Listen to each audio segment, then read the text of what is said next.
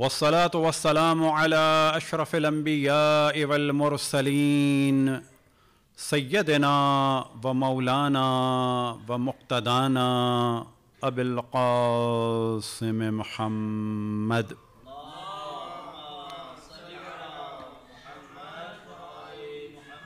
व अला अहले बैतिहि तय्यबीन अत्ताहिरीन अल-मअसूमीन सिय्यमा बक़ियतुल्लाहि फ़िल अराज़ीन महदीय्यिल मुंतज़र अरवाहुना व अरवाहुल आलमीन लितुराब मक़दमिहिल फ़िदा व लअनतुल्लाहि अला आदाइहिम व मुनकिरी फ़ज़ाइलिहिम व गासिबी हुक़ूक़िहिम इला क़यामि यौमिद्दीन। वक़ाल अल्लाहु तआला व हुवा अस्दक़ुल क़ाइलीन क़ुल ला अस्अलुकुम अलैहि अजरन इल्लल मवद्दत फ़िल क़ुरबा सलवात।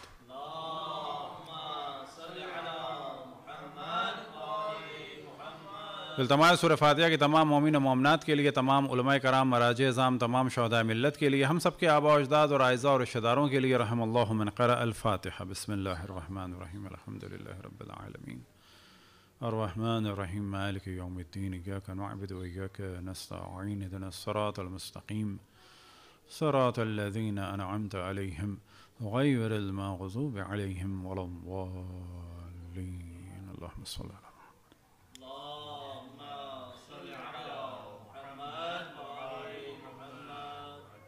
इरशाद खुदावंद तबारक व तआला है कि ए मेरे हबीब कह दो कि मैं तुमसे अपनी रिसालत की कोई भी उजरत तलब नहीं करता मगर ये कि मेरे क़ुरबा से मवद्दत करो।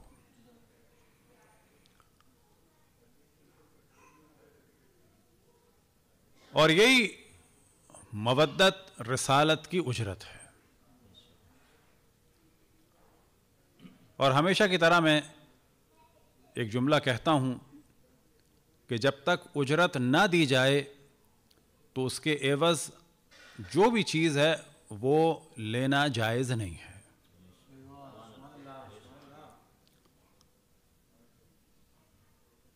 बस जिस चीज़ का भी कोई मुआवज़ा हो,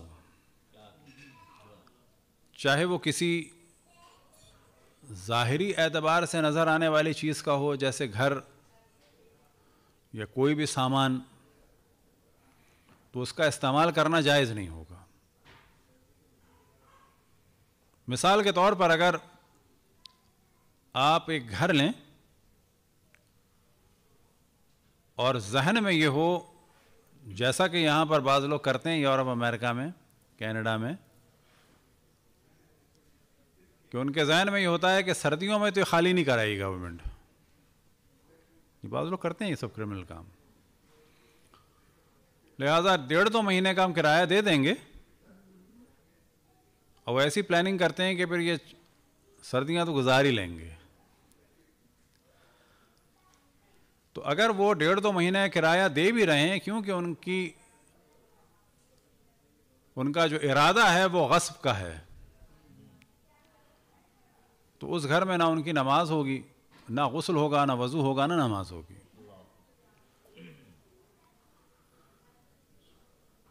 इसी तरीके से अगर कोई सोचे कि मैं होटल में जाके रहूं और किसी तरह से निकल जाऊंगा, अब यहाँ तो ये पॉसिबल नहीं होता, क्रेडिट कार्ड ले लेते हैं, लेकिन फ़र्ज़ करें कोई ऐसा तरीक़ा हो कि ज़हन में हो कि मैं निकल जाऊंगा, तो उस कमरे में भी उसका गुस्ल वज़ू नमाज नहीं होगा।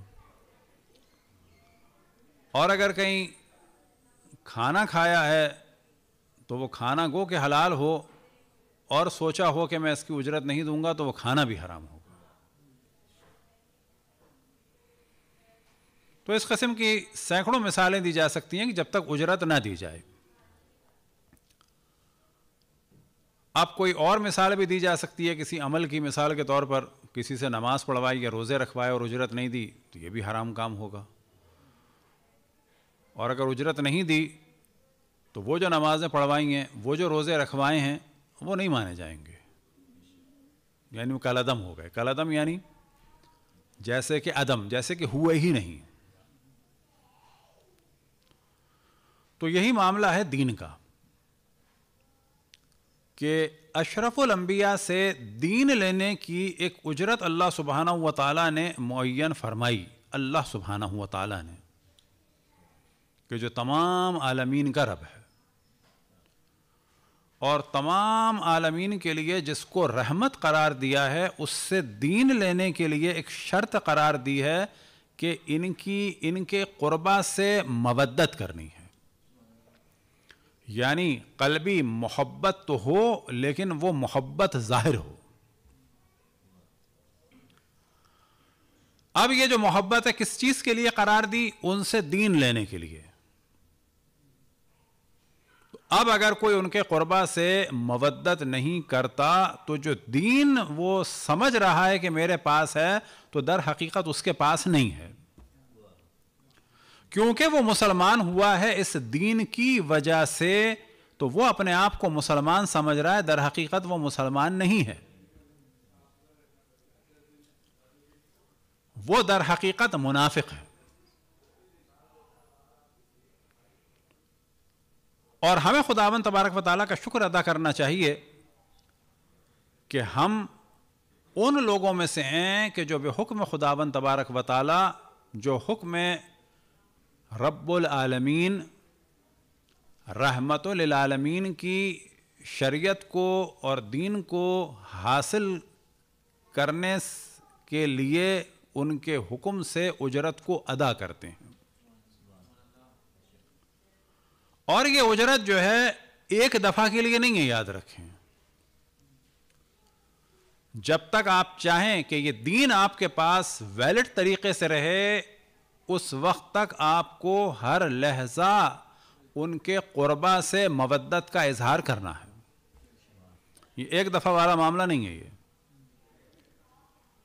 अब ये क़ुरबा कौन है, तो सबके बारे में सवाल किया जा सकता है, लेकिन जनाब सैयदा मौला अमीरुल मोमिनीन इमाम हसन इमाम हुसैन अलैहिस्सलातु वस्सलाम के बारे में सवाल नहीं किया जा सकता कि क्या ये क़ुरबा हैं, क्या ये क़ुरबा हैं। इनके बारे में सवाल नहीं हो सकता, ये तो अंडरस्टूड क़ुरबा हैं ही। बस जो चीज़ अंडरस्टूड हो उस पर बात की जाए कि अगर कोई जनाब सैयदा को डराए या धमकाए, और कोई ये जानने के बाद कि किसी शख्स ने डराया या धमकाया, आज ये बात की जाती है कि जी हाँ डराया था, धमकाया था, दर जलाया नहीं था, तो हम कहते हैं खबासत के लिए और दीन से निकलने के लिए डराना ही काफ़ी है। कि एक मिसाल कि जो मैं कई दफ़ा दे चुका और ये मिसाल आम होनी चाहिए, क्या मुस्लिम लीग में कोई रह सकता है अगर मरियम नवाज को धमकी दे दे, या उसकी मेंबरशिप बातिल जब होगी जब मारेगा? क्या पीपल्स पार्टी में बेनज़ीर को और उसके बच्चों को और पूरे घर को जलाने की कोई धमकी देता, और न फ़कत धमकी, हमला कर भी देता? लेकिन ये जहन में रखें, 70 क्लिफ्टन के इर्द गिर्द मजमा खड़ा कर दें आप, जो कह रहे हैं हम जला देंगे और मार देंगे। दुनिया में कौन ऐसा है कि जो इन लोगों को अभी भी पीपल्स पार्टी का समझेगा? अब अगर ये उज़र ख्वाही कर भी लें और फिर हम देखें कि हर दफ़ा दुश्मन के साथ खड़े होते हैं ये, तो क्या कोई दुनिया में ऐसा है कि जो इनकी उज़र ख्वाही को भी मानेगा? या मिसाल के तौर पर नवाज शरीफ के घर पर कोई लोग हमला करें और पूरे घर को घेर लें और कहें कि नवाज शरीफ की बेटी को, यानी मरियम नवाज को और बच्चों को और उनके शौहर को जो है हम जला के मार देंगे अगर हमारी ये बात नहीं मानी। तो कौन कहेगा कि बाबा ये वाक़न इस पार्टी के सरबराह को इज़्ज़त देते हैं? अगर इज़्ज़त देते होते तो बेटी से ये लबो लहजा इख्तियार करते। क्या कोई भी इन लोगों से मुखलिस शख्स इन लोगों के इस लहजे को माफ़ कर सकता है? यानी पहले ये वाक़न सवाल किया जाए आवाम से कि क्या मुस्लिम लीग वाले मरियम नवाज को धमकी देने वालों को और मोहब्बत करने वालों को बराबर समझते हैं? और धमकी भी ऐसी कि प्रैक्टिकली जलाने आए। हम तो कहते हैं मारा भी और जलाया भी। हम ये बात कर रहे हैं उन लोगों के हिसाब से जो कहते हैं कि हाँ सिर्फ धमकी दी थी, अभी जलाया मारा नहीं था। तो वही बात कर रहे हैं। जब गुफ्तगू की जाती है तो बाज़ दफ़ा सामने वाले के नज़रिए के हिसाब से बात की जाती है कि सामने वाला इस बात को तो अंडरस्टूड कर मान रहा है ना कि ये तो हुआ था, चलो इसी पे बात कर लें, ज़्यादा की ज़रूरत नहीं है।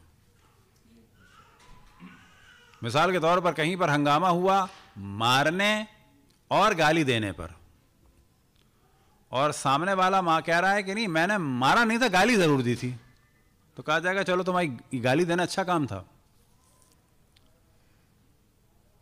या वो ये कहें उसके लोग के नहीं चाकू ज़रूर मारा था लेकिन मरे नहीं थे, तो कहा जाएगा चाकू मारना अच्छा काम था, गाली देना अच्छा काम था। तो यहाँ भी अल्हम्दुलिल्लाह इस वक्त दुनिया में इस मीडिया की बरकत से लोग जान गए हैं कि अशरफुल अंबिया हज़रत मोहम्मद मुस्तफ़ा सल्लल्लाहु अलैहि व आलिहि वसल्लम के बाद उनकी साहबजादी के घर का घेराव हुआ और घर को जलाने की धमकी दी गई, गो के जलाया भी गया और मारा भी गया, उनकी साहबजादी शहीद हुई। ये हम दोबारा कह रहे हैं ताकि कोई ये ना समझे कि हम भी ये सोचते हैं कि नहीं ना, हम ये बात कर रहे हैं उन लोगों के हिसाब से कि जो इतना ज़रूर मान रहे हैं कि जनाब सैयदा को डराया गया और घर जलाने की धमकी दी गई। तो अल्लाह का शुक्र ये चीज़ें मशहूर हो चुकी हैं और तदरीजन बहुत सारी चीज़ें मशहूर होंगी। और मजालिस इमाम हुसैन का असल हदफ ही यही है कि रसूल आले रसूल के सही मकाम को बयान किया जाए और उनके मुकाबले में आने वालों की खबासत को बयान किया जाए और उनके मुकाबले में आने वालों के चेहरों से नकाबों को नोचा जाए। और ये हम पहले भी गुफ्तगू कर चुके हैं कि अहले बैत के दुश्मनों के दिफा के मुख्तलिफ तरीक़े हैं, इसको हम पहले भी डिस्कस कर चुके हैं और बार बार करना चाहिए क्योंकि ये बिल्कुल एक ख़तरनाक तरीन काम है जो हमारे यहाँ हो रहा है। कभी ये कह के कि जी अम्र बिल मारूफ़ मजलिस में बिल्कुल होना चाहिए, लेकिन अगर अम्र बिल मारूफ़ फ़ज़ाइल अहले बैत को और दुश्मनाने के अहले बैत के ज़िक्र को दबाने के लिए इस्तेमाल हो रहा है तो वो अगर तिलावत कुरान भी इस्तेमाल हो तो सही नहीं है, वो अगर अल्लाह का नाम भी इस्तेमाल हो तो सही नहीं है। इसकी दलील क्या है कि जब अहले बैत की आवाज़ को दबाने के लिए यजीद के दरबार में अजान दी गई तो उस अजान देने वाले पे भी लानत है, और वह अजान भी अजान नहीं है। और उस मिंबर को भी इमाम ज़ैनुल आबिदीन अलैहिस्सलाम ने मिंबर नहीं कहा, हाज़िहिल औदाज कहा, इन लकड़ियां। बस अगर ये मिंबर रसूल आले रसूल के लिए इस्तेमाल ना हो तो फिर ये मिंबर रसूल नहीं, ये लकड़ियां हैं, गंध है। बल्कि ये मुक़द्दस जगह वो होगी कि जिससे रसूल आले रसूल का जिक्र होगा, और अगर उस जगह से रसूल आले रसूल के दुश्मनों के लिए दिल को नरम किया जाए, उनके फ़ज़ाइल पढ़े जाएं, तो वो जगह मुक़द्दस नहीं है, वो गंद है। हत्ता गटर से ज़्यादा खबीस जगह है वो, क्योंकि गटर से गंदा पानी उबलता है, उससे किसी के अक़ीदे नहीं ख़राब होते। गटर से बदबू निकलती है, किसी के अक़ीदे ख़राब नहीं होते। बस अगर कोई ऐसा मिंबर हो जहाँ से दुश्मनान अहले बैत के लिए राह को हमवार किया जाए, याद रखें कि वो जगह गटर से बदतर है। सलवात पढ़ें बर मोहम्मद वाले मोहम्मद।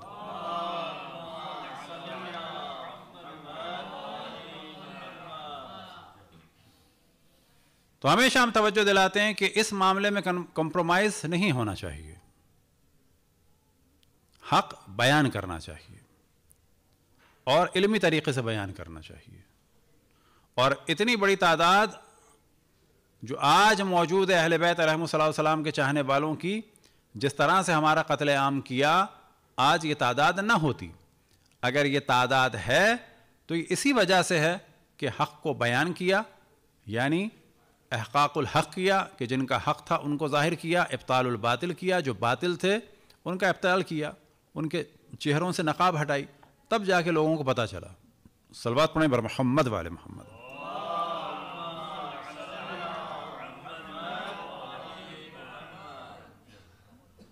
पिछले से पिछली दफ़ा जो हमारी गुफ्तगू थी, ज़ाहिर है कुछ फ़ज़ाइल अहले बैत अलैहिस्सलाम और मसाइब से रिलेटेड है, और एक मौजू था इंसानियत से रिलेटेड, और ख़ुसूसन उसमें मोमिनीन की खिदमत से रिलेटेड। इंसानियत का जो मौजू है बहुत वसी है। पहले मरहले में तमाम इंसान, फिर कैटेगरीज बनती चली जाती हैं, माँ बाप भी उसमें आते हैं, बहन भाई भी उसमें आते हैं, पड़ोसियों का भी उसी में हक़ है। लेकिन ये जहन में रखें कि जब बात हो तो तमाम इंसानों की खिदमत करें, तमाम इंसानों के लिए अच्छा करें, तमाम इंसानों के साथ फेयर रहें। अलबत्ता फेयर रहने में ये भी जहन में रखें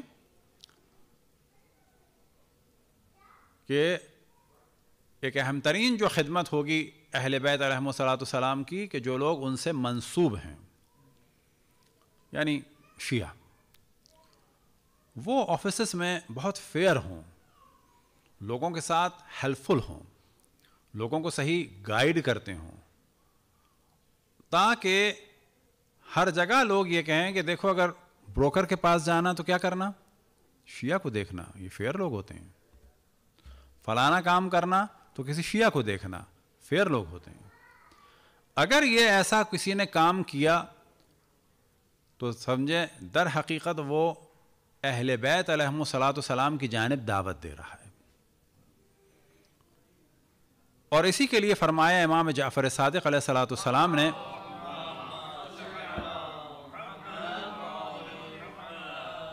कूनू लना दुआतन बगैर अलसनतिकुम, हमारी जानिब दावत देने वाले बनो बग़ैर ज़बान के। अब यहाँ पर मुराद ये नहीं है कि ज़बान इस्तेमाल ना करो ना, ज़बान तो तमाम अम्बिया ने और तमाम औसिया ने और तमाम आइम्मा ने इस्तेमाल की, तमाम उलमा की ज़िम्मेदारी है ज़बान इस्तेमाल करें। लेकिन यहाँ पर क्या है कि ज़बान के साथ साथ बाज़ जगह हम ज़बान नहीं इस्तेमाल कर सकते। मिसाल के तौर पर आप अच्छे ब्रोकर हैं, यानी रियल्टर हैं, या किसी पब्लिक के काम में हैं, तो क्या हर जगह कोई तबलीग करेंगे आप ना। वहाँ पर यह हो कि तदरीजन लोगों को पता चले कि देखो ये शिया जो हैं ये अलग लोग हैं, बिल्कुल आम नहीं हैं। मिसाल के तौर पर रियल्टर हो तो वो वाज़ेह कहे कि ना ये मैं आपका काम करा सकता हूँ, मैं इस पर इतने कमा सकता हूँ, लेकिन ये आप ना करें तो अच्छा है, करना चाहें तो मैं कर दूंगा। कोई गोल्ड स्मिथ का काम कर रहा है और सारी जगह से कोई आए और कहे कि जी मुझे इस जेवर के कोई भी नहीं दे रहा, मिसाल के तौर पर इतने पर्स करें 10,000 रुपये से ज़्यादा, या यहाँ का हिसाब रख लें मसलन $200 से ज़्यादा,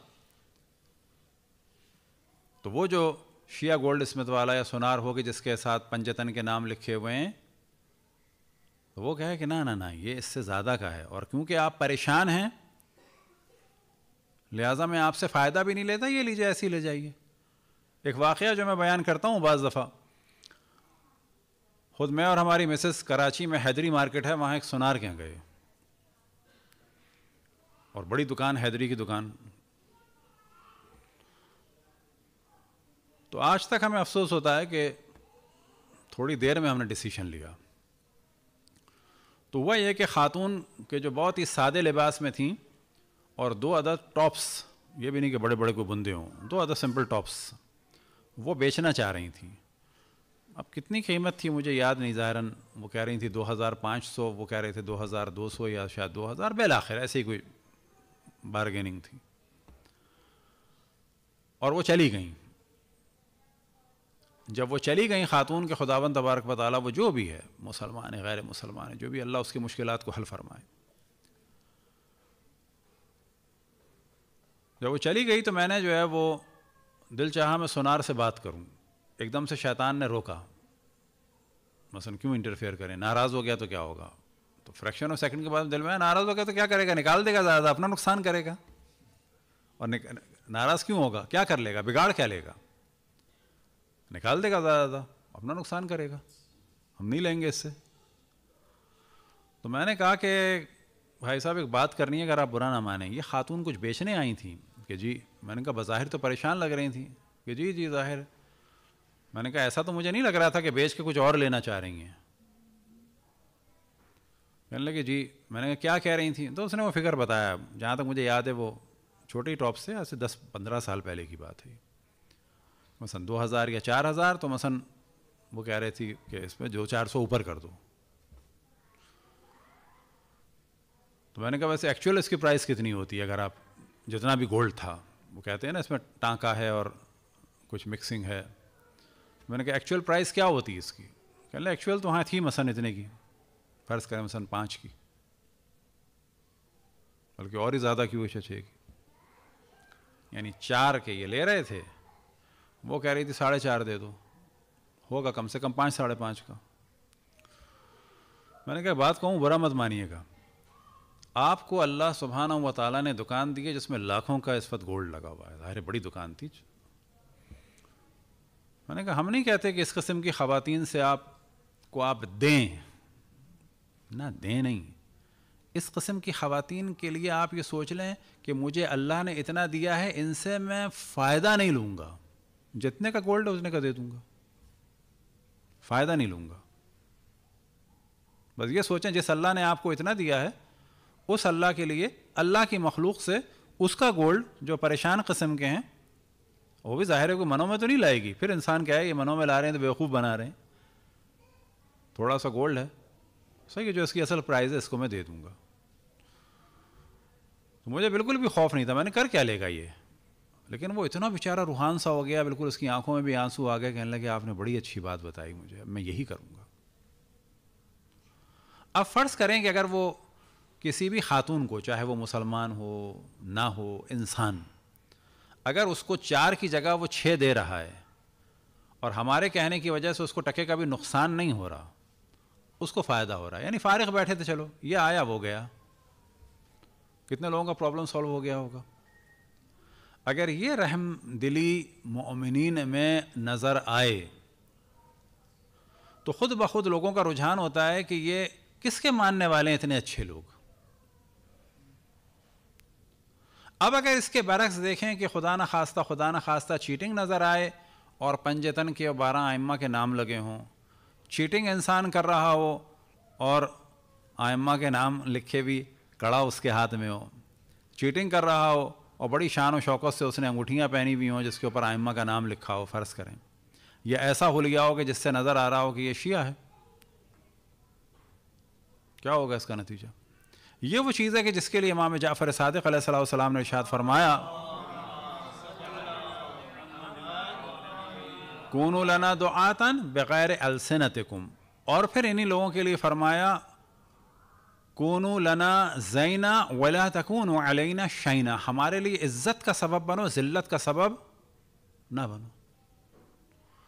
अब अगर कोई मसलन हमारी गुफ्तगू सुन रहा है, टैक्सी चलाता है, हमने बाज़ अपने दोस्तों को भी कहा अमेरिका में जो टैक्सी चलाते थे कि अगर कोई चीज़ भूल जाए आदमी तो अब ज़ाहिर है कि आप 50 किलोमीटर तो नहीं जा सकते, उस चीज़ को रखें, जब मुमकिन हो उसे घर पे जाके उसको दें,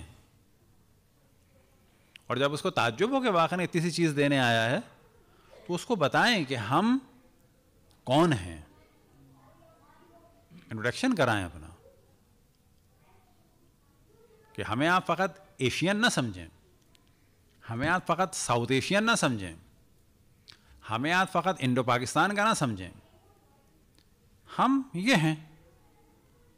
हम अगर ये आपकी चीज़ पलटाने आए हैं तो इस वजह से पलटाने आए क्योंकि हम इनको मानते हैं, इनका नाम लेते हैं और इनके हुक्म के मुताबिक करने आए हैं। ऐनन यही कैफियत होनी चाहिए पड़ोसियों के साथ, चाहे वो ईसाई हों, चाहे वो यहूदी हों, चाहे वो बुद्धिस्ट हों, चाहे वो हिंदू हों, चाहे वो सिख हों।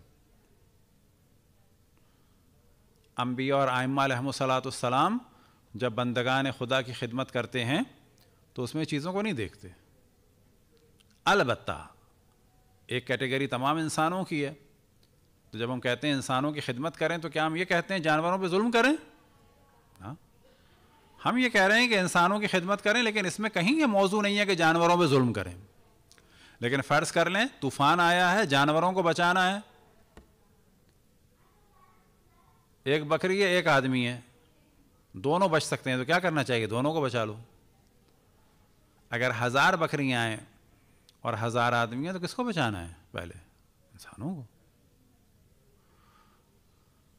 पैसे अगर देने हैं तो किसको देने हैं आपको? यहां से अगर आप कमा के भेज रहे हैं तो किसको कमा के भेजेंगे? पाकिस्तान में यतीम खाने को या पहले अपने माँ बाप को? माँ बाप को, बीवी बच्चों को। तो ये जो इस्लाम में कैटेगरीज़ हैं ये अक़ली एतबार से और शरई और फ़िक़ी एतबार से ये अलग मौजू है, लेकिन इन कैटेगरीज़ को अहमियत दी गई है क्योंकि हमारी एक ज़िम्मेदारी है लेकिन इसके माना ये नहीं है कि हम दूसरों पर जुल्म करें। जुल्म किसी पे नहीं करना चाहिए। सलवात पढ़ें बर मोहम्मद वाले मोहम्मद।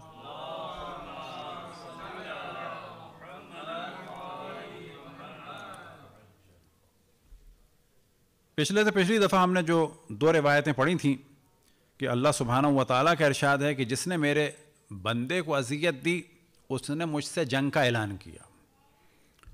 और फिर रसूल अल्लाह सल्लल्लाहु अलैहि वसल्लम ने इरशाद फरमाया था कि जिसने किसी मोमिन को अज़ियत दी उसने मुझे अज़ियत दी। हम दोबारा यूँ बयान कर रहे हैं कि जो ना आया हो वो भी सुन ले और जिसने सुना है उसे याद रहे। अब जो अज़ियत है ये लोग समझते हैं तो गाली देना, तंग करना, क्लाशनकोफ निकाल के मुंह ढाक के मारना, क्या यही अज़ियत है? ना, किसी किस्म की भी अज़ियत नहीं देनी चाहिए। और ये अपने बारे में काफ़ी इंसान को सोचना चाहिए कि ये जो मेरा एटीट्यूड था अज़ियत का सबब बना या नहीं बना। यानी वाकई सोचना चाहिए। हम भी यहाँ बैठे हैं तो मुराद ये ऐसा नहीं है कि हम कोई बड़े अच्छे हैं ना, यानी हमें बाज़ पता चलना चाहिए कि इस वक्त ये मेरी बात जो है बज़ाहिर मैंने नॉर्मली इसको सामने वाले को बुरी लगी कि सही लगी। अब हम कंफ्यूज हैं, नहीं या तो सही थी तो कन्फर्म है सही, कोई बात नहीं। कन्फर्म है बुरा तो उज़र खाई करनी चाहिए। कन्फर्म नहीं है तो भी फिर इंसान उज़र खाई कर ले कि आपको ऐसा महसूस तो नहीं हुआ, अगर हुआ है तो बहुत सॉरी, क्या होगा, इससे कुछ चला जाएगा, कुछ नहीं जाता, और ज़्यादा एहतराम मिलता है, याद रखें। अब यहाँ पे एक रिवायत है रसूलुल्लाह सल्लल्लाहु अलैहि वसल्लम से नक़ल हुई,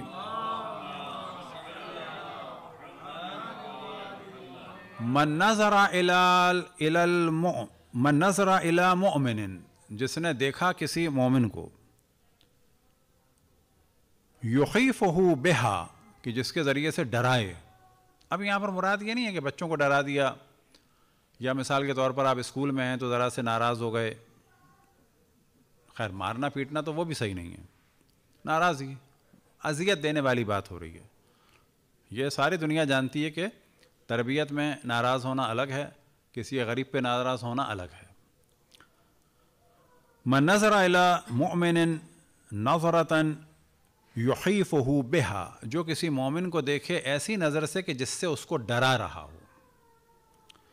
अख़ाफ़हुल्लाहु तआला यौमा ला ज़िल्ला इल्ला ज़िल्लहु, कि अल्लाह सुब्हानहू व तआला उस दिन कि जिस दिन कोई साया नहीं होगा सिवाय उसके, उस दिन उसे डराएगा।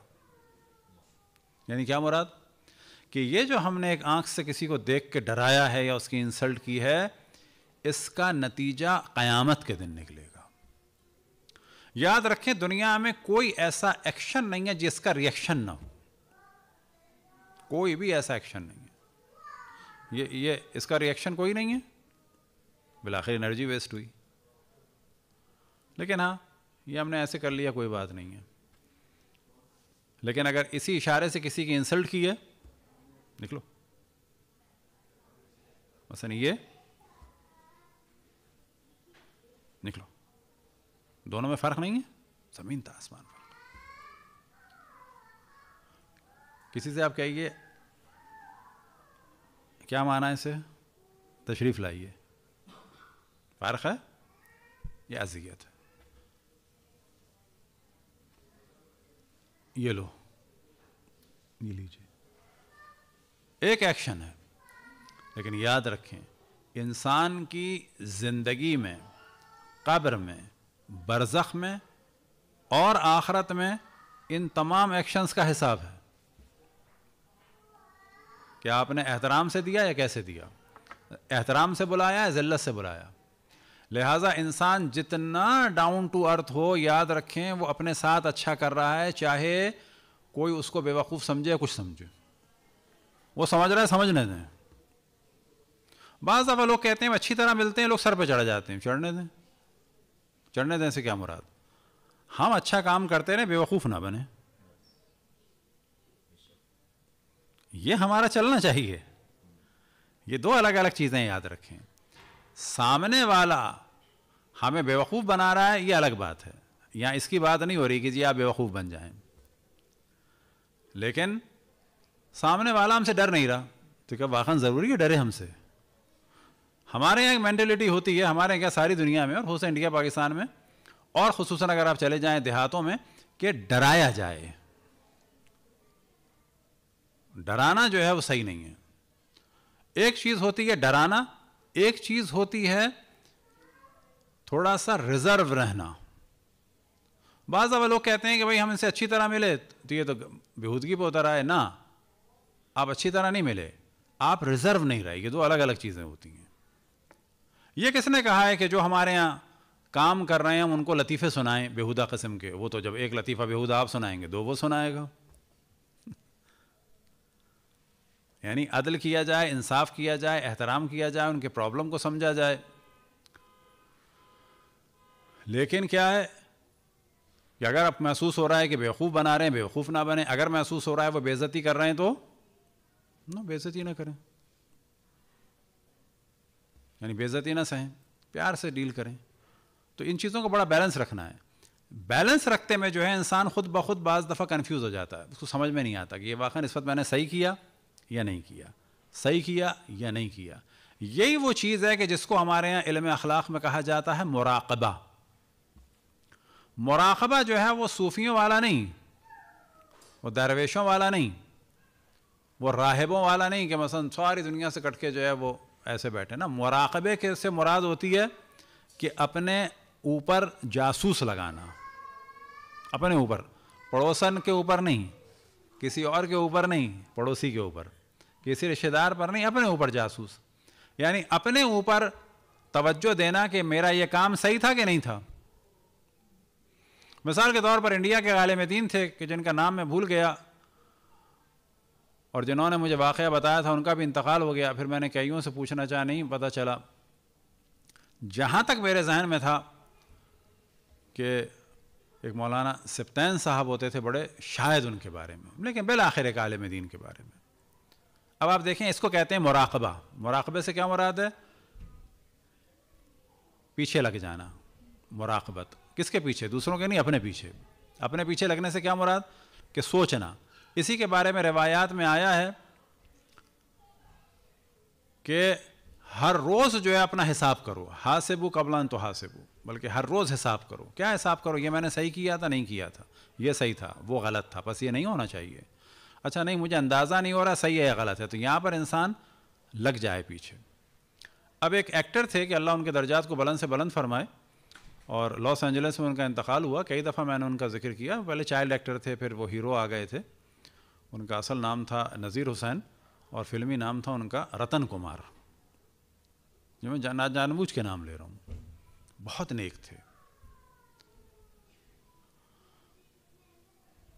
और उनकी, क्योंकि वो बचपन में चले गए थे, याद रखें, वो बात के नेक थे बेचारे, भी 4-5 साल के आ गए थे फिल्म में। उसके बाद वो उसी में रहे, फिर नौजवानी में भी उसी में गए। क्योंकि बाद में इतने नमाजी परहेज़गार, सबसे मिलना जुलना भी उन्होंने, यानी इस लाइन से बिल्कुल दूर हो गए थे। और उनकी खुद ज़ौजा कि अल्लाह उन बीमार हैं, अल्लाह उनको शफ़ा कामिल अता फ़रमाए, तो उन्होंने ख़ुद मुझे बताया कि एक दिन वो इतने परेशान थे, क्योंकि वो भी बीमार हो गए थे, बड़े परेशान थे। तो उन्होंने कहा क्या सोच रहे हैं आप? कहने लगे मैं बस बड़ा ज़ोर लगा रहा हूँ कई दिन से, क्या मैंने किसी को अज़ियत दी है कभी? ये जुमला कितना सादा लग रहा है कि बोला ये होते हैं मोमिन। इस वजह से मैंने बताया कि वो थे चाइल्ड एक्टर, बाद में फिल्मों में आ गए थे। अब आप सोचें, एक आदमी जो बचपन से नमाजी हो और हर वक्त अजियत देता हो, उसकी नमाज अच्छी चीज़ है मगर ये सही मोमिन नहीं है। ये सिर्फ नमाजी है, याद रखें। सिर्फ नमाजी होना अलग बात है, मोमिन होना अलग बात है।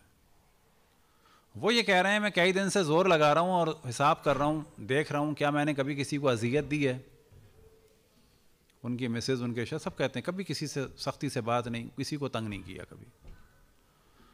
फिर कहने लगे कि हाँ, मैं एक दफ़ा शूटिंग पे जा रहा था और मैं लेट हो गया था। जो मेरे यहाँ काम करता था, कपड़े इस्त्री करता था और सब कुछ करता था, उसको मैंने डांटा था और उसकी माफ़ी मांग रहे थे कि या अल्लाह तू मुझे माफ़ फरमा दे। सलवात पढ़ें बर मोहम्मद वाले मोहम्मद।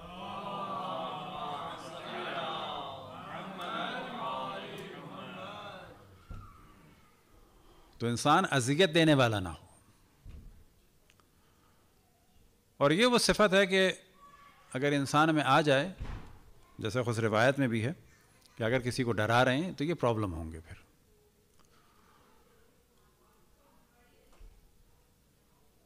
इन चीज़ों को इंसान सीरियस ले। बाज़ दफ़ा शैतान इन्हीं दुआओं से और ज़ियारतों से आता है और इबादतों से। क्या कहता है? कोई बात नहीं, तुम नमाजी हो, 2 रकत नमाज और पढ़ लो, ज़ियारतें और पढ़ लो, उम्रे पे और चले जाना। वो चीज़ें दर हकीकत हमें हमारी बदआमालियों से दूर कर रही होती हैं, यानी बदआमालियों पे ना पर्दा डाल रही होती हैं। लिहाजा हमारे जहन में क्या रहता है कि नहीं, मैं तो बहुत अच्छा आदमी हूँ क्योंकि मैंने उम्रा किया है। जबकि होना क्या चाहिए था ना, उम्रा अलग फील्ड है बाबा, ये बिल्कुल, ये नमाज बिल्कुल अलग मामला है, ये अल्लाह से इसका ताल्लुक़ है। इंसानों के साथ कैसा ताल्लुक़ है, इसको इसके साथ खल्त नहीं करना चाहिए। नमाज क़ज़ा हुई है तो ये इंसान सोचे कि नहीं मैं नमाजें अदा कर दूंगा, ये उससे रिलेटेड है। इंसान पे जुल्म हुआ है तो उसका जुबरान जो है हज और उम्रे से और ज़ियारतों से नहीं होगा। इंसान पर जो जुल्म हुआ है उसका जुबरान नमाज शब से नहीं होगा कि आज मैंने इसका पैसा खाया, रात को नमाज शब पढ़ लूँ, बेकार। इस आदमी से मैंने बदतमीज़ी की है, मैं नमाज शब पढ़ लूँ। शब जुमा जो है मैं दुआए कुमैल पढ़ लूँ, सुबह जो मैंने किसी को अज़ियत दी है, चीटिंग की, वो मसला हल हो जाएगा ना, ऐसा कुछ नहीं है। बस ये जो बाज़ इबादतें हैं ये बाज़ गुनाहगारों को मिसगाइड कर रही होती हैं, यानी बता रही होती हैं, उनको लोरी दे रही होती है तो वो अच्छे आदमी हों। हमें उसको भी बताना चाहिए और ख़ुद भी जान लेना चाहिए ना हम अच्छे आदमी नहीं हैं। हम गर्दन टेढ़ी करके दुआए कुमैल के खिलाड़ी हैं, नमाज़ें पढ़ने के खिलाड़ी हैं, अल्लाह के साथ कभी कभी राब्ता सही कर लेते हैं, लेकिन अल्लाह के बंदों के साथ हमारा राब्ता बहुत ख़राब है। ये चीज़ें बिल्कुल अलग होनी चाहिए। और दुआ है कि खुदाबंद तबारक व तआला हम सबको तौफीक अता फरमाए कि चाहे अल्लाह का हक़ हो वो भी अदा करें और चाहे बंदों का हक़ है वो भी अदा करें।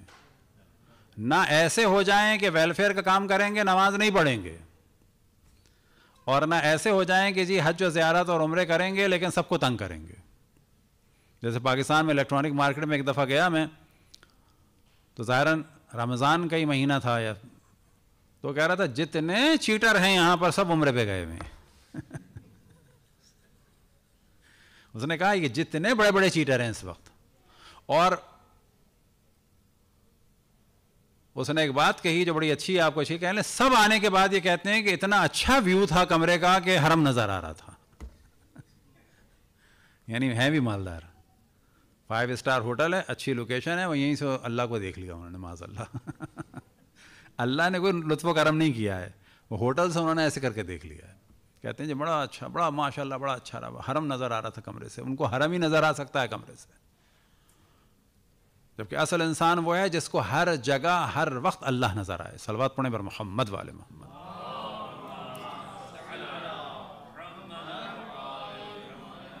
लिहाजा इंसानियत वाला जो मौजू है वो बाज़ लोगों ने संभाल लिया है और शरीयत को भूल गए हैं।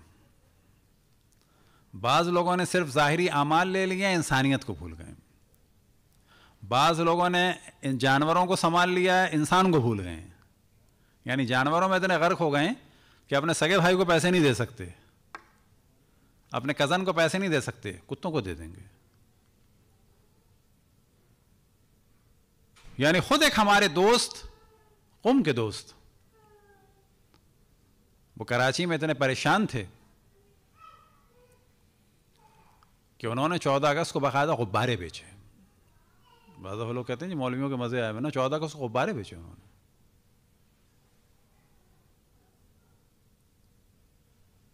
और उन्होंने कहा कि मैं क्या करता, कुछ नहीं था।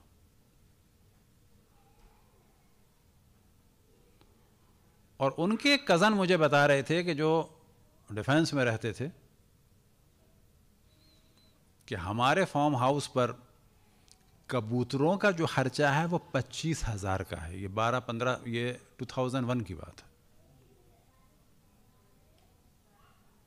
हमारे फार्म हाउस पर जो कबूतरों का खर्चा है वो 25,000 है। सब इंसान बाज़ दफ़ा इसमें गुमराह हो जाता है कि मैं कबूतरों को दाना दे रहा हूँ, कबूतर अल्लाह की मखलूक है। बाबा कबूतर अल्लाह की मखलूक है, कबूतर जो है इधर उधर खा लेंगे, कबूतरों पे चोरी नहीं है। खैर वो पाले हैं तो अलग बात है, लेकिन क्या आपने कज़न्स को कभी देखा तुमने? उन्होंने कभी अपने कज़न्स को नहीं देखा। मिलियनर लोग थे, कभी अपने गरीब कज़न्स को नहीं देखा। तो ये जहन में रहें कि कबूतर जो है ना, कबूतर का दाना ये अच्छा काम है, लेकिन इस दाने से ये जो कज़न पे आप जुल्म कर रहे हैं या जो उसकी तवज्जो नहीं दे रहे हैं, ये इसको इससे ना मिलाएं। हर चीज़ को अलग अलग रखें, नमाज को अलग, ज़ियारतों को अलग, इबादत को अलग, और इंसानियत को अलग, हैवान के साथ नेकी को अलग। हैवान के साथ भी नेकी करनी है, इंसान के साथ भी नेकी करनी है, नमाज भी पढ़नी है। ये सारे काम करने तब जाके इंसान बनता है मोमिन। किसी एक चीज़ को करने से मोमिन नहीं बनता। उस एक चीज़ को करने से वो मुमकिन है फ़कत उस फील्ड का खिलाड़ी बन जाए। मसलन कि जी हम तो हज पे जाते हैं, ऐसे बहुत सारे लोग हैं जो सफ़े अव्वल के चीटर हैं और बाकायदगी से उम्रा करने वाले हैं, बाकायदगी से ज़ियारतें करने वाले हैं, वो उनकी तफरीह है।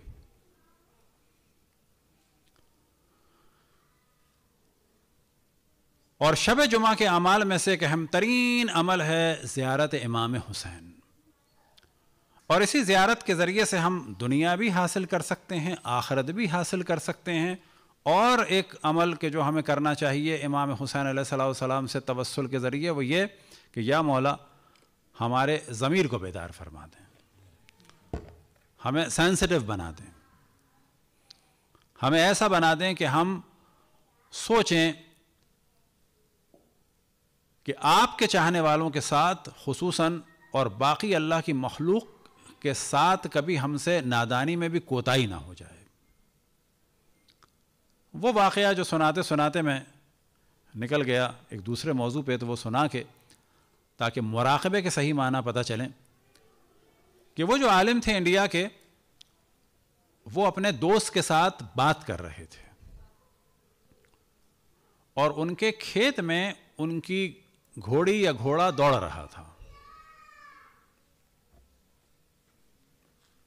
उन्होंने उसको आवाज़ लगाई, घोड़ी को या घोड़े को, जो भी था, तो वो नहीं आया। जब नहीं आया तो उन्होंने अपने कुर्ते को ऐसे किया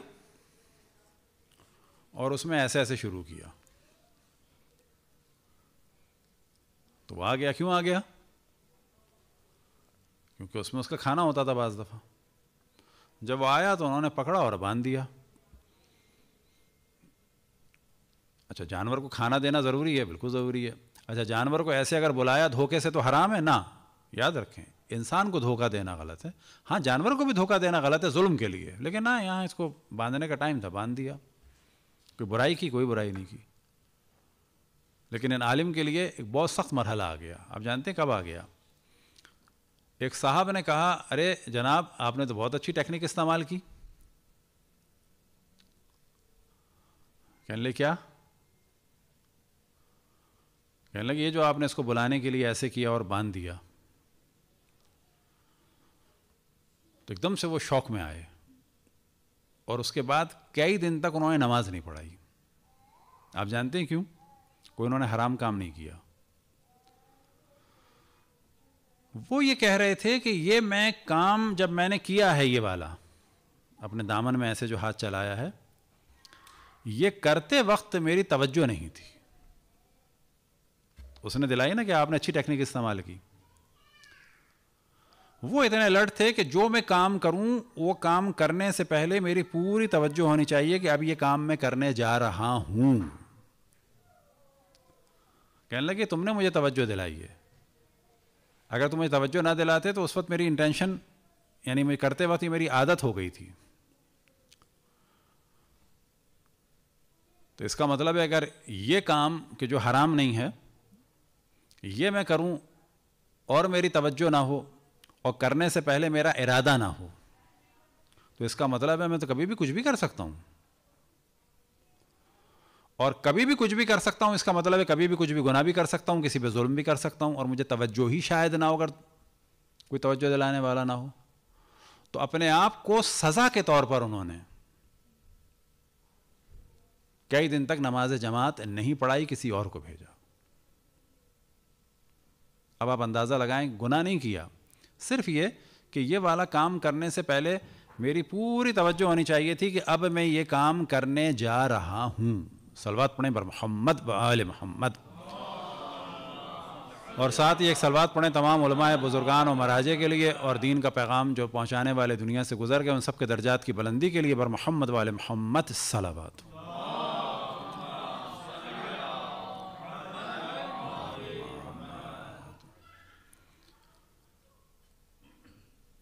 कोई भी हाजत हो उसके लिए जो एक बेहतरीन राह है वो ज़िक्र इमाम हुसैन अलैहिस्सलातु वस्सलाम है। वजह यह है कि अम्बिया ने भी मसाइब उठाए, अशरफुल अम्बिया ने खुसूसन मसाइब उठाए, मौला अमीरुल मोमिनीन ने भी मसाइब उठाए, जनाब सैयदा ने, इमाम हसन ने और बाकी आइम्मा ने भी। लेकिन जैसे मसाइब के ज़रिए अल्लाह सुब्हानहू व तआला ने इमाम हुसैन से इम्तिहान लिया, ऐसा इम्तिहान किसी से नहीं लिया।